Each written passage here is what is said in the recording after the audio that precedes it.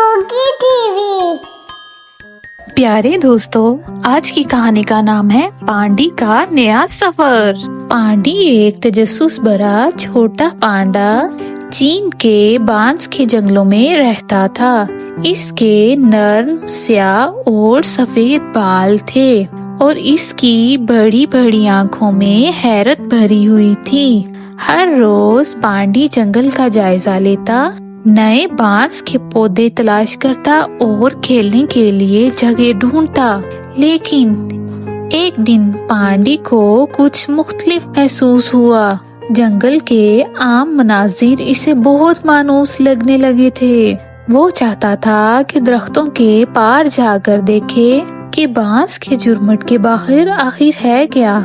दिल में जोश और थोड़ी सी घबराहट के साथ पांडी ने जंगल छोड़ने का फैसला किया।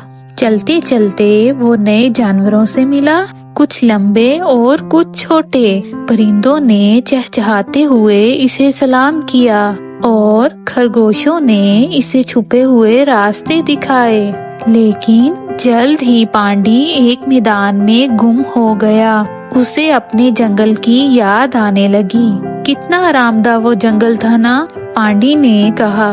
पांडी सोचने लगा वो अपनी मंजिल पाए बगैर कहीं वापस नहीं जाएगा।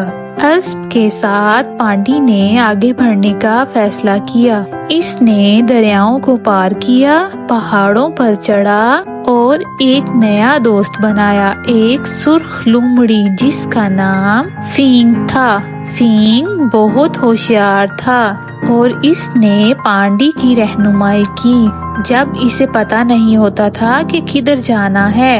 आखिरकार कई दिनों की महमजोई के बाद पांडी एक खूबसूरत वादी में पहुंच गया जिसमें चमकदार झीलें और जितना बांस था इसने पहले कभी नहीं देखा था। पांडी को एक नया घर मिल गया था जहां वो अब भी खोज कर सकता था, लेकिन बांस के साए में आराम भी कर सकता था, जो पांडी को बहुत पसंद था।